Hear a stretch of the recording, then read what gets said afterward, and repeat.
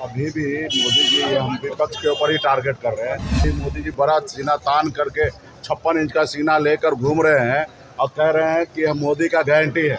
अब बताइए ये गारंटी किनका था जो विदेश से काला धन लाएंगे और सबके खाता में पैसा देंगे, ये गारंटी किसका था? गरीब का पक्का मकान बना के देंगे, ये गारंटी किनका था? और सबका साथ सबका विकास जो है ना, ये बकवास वाला बात है।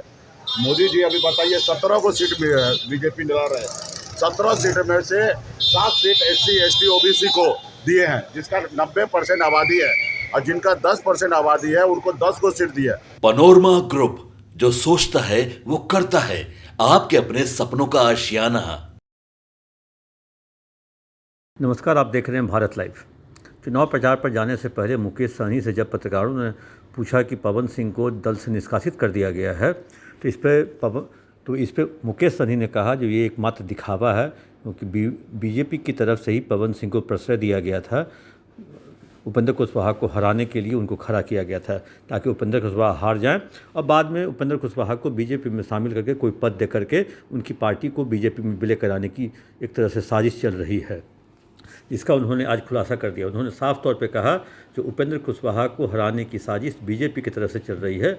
उन्होंने यहाँ तक कह दिया कि बीजेपी की तरफ से चिराग पासवान को भी हराने की साजिश चल रही है, क्योंकि प्रधानमंत्री आए थे तो उन्होंने साफ तौर पे कहा जो मैं रामविलास पासवान के लिए आया हूँ, न कि चिराग पासवान को जिताने के लिए। और कई तरह के खुलासे उन्होंने किए, बीजेपी पर कड़ा हमला भी किया मुकेश सहनी ने। उन्होंने बहुत सारे सवालों के घेरे में बीजेपी को ला दिया, और एक तरह से कहें जो आज वो काफ़ी हमलावर दिख रहे थे मुकेश सहनी।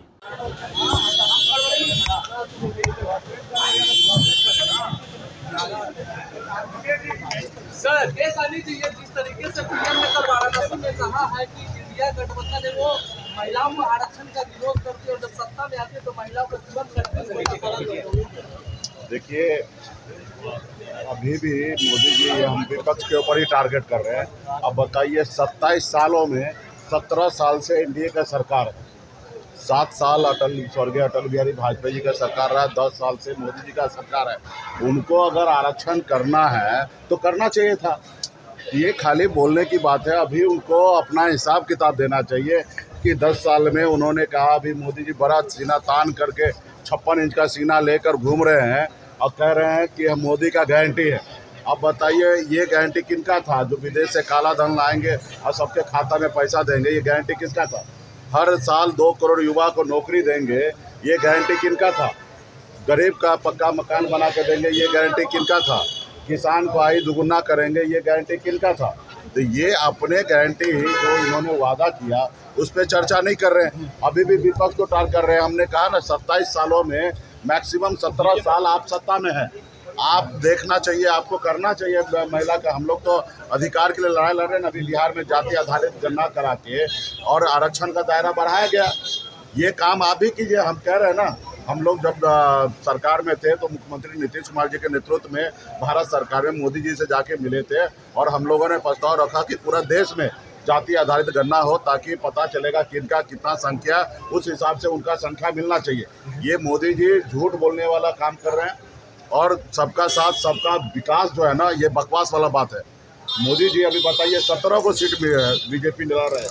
17 सीट में से 7 सीट SC ST OBC को दिए हैं, जिसका 90% आबादी है, और जिनका 10% आबादी है उनको 10 को सीट दी है। ये कहीं ना कहीं कहाँ क्या दिखा रहा है? डबल स्टैंडर्ड दिखा रहा है। सबका साथ सबका विकास कहाँ दिख रहा है? तो इसलिए लड़ रहे हैं कि देश में जाति आधारित गणना कीजिए, और जिनका जितना हिस्सेदारी है उनको दीजिए, किसी का कोई हकमारी ना करे। तो ये सब तो हमारा अहम है, लेकिन ये लोग करना ही नहीं चाह रहे।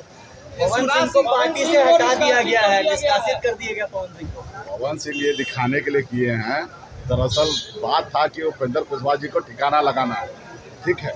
तो हम पहले भी कह चुके ना, उपेंद्र कुशवाहा जी, हमने कहा ना, उनको ऑफर किया गया था महागठबंधन से चुनाव लड़ लीजिए, और पता चला कि बीजेपी का सीट है सामने, तो वो पीछे हट गया। तो बीजेपी से कितना नज़दीकी है ये जग जाहिर है। और हाँ, गेम है। उपेंद्र कुशवाहा जी को ठिकाना लगा के कुशवाहा समाज का जो नेता है उनको ख़त्म करके, और वो चाहते हैं कि ये चुनाव ख़त्म होगा और चुनाव हार जाएंगे, उसके बाद बोलेंगे कि बीजेपी में सदस्यता ले लीजिए, बीजेपी में आ जाइए, फिर आपको कुछ बना देंगे, उम्र भी का है, अब रहिए। तो ये एक साजिश है, सिर्फ उनको ही नहीं, चिराग पासवान जी को भी ठिकाना लगा दिए हैं। हाजीपुर से चिराग जी भी हार रहे हैं। अब मोदी जी कहे ना, हम चिराग को जिताने के लिए थोड़े आए हैं, हम स्वर्गीय पासवान जी के लिए आए हैं, चिराग को जिताने के लिए थोड़े आए हैं। ये तो जीत ही रहे हैं, मतलब आप समझ रहे हैं ना। तो वहाँ पे भी ठिकाना लगा दिया। और ये कुछ ऐसे नहीं चाहता है गरीब पिछड़ा ओबीसी SC ST का बच्चा आगे बढ़े। हमारे साथ किया, हमने क्या किया, हमने क्या उसका ले लिया। हम राजनीति करे, संघर्ष करके 4 विधायक बनाए। हम अपने अधिकार के लिए लड़ाई लड़ रहे थे कि निषाद को आरक्षण मिले। जब बंगाल में आरक्षण है, दिल्ली में आरक्षण है, बिहार में मिले, इसके लिए यूपी तक हम लड़ाई लड़ रहे, संघर्ष कर रहे। हमारा विधायक ले लिया, हमको सरकार से बाहर कर दिया, जो सरकार हमने बनाया था।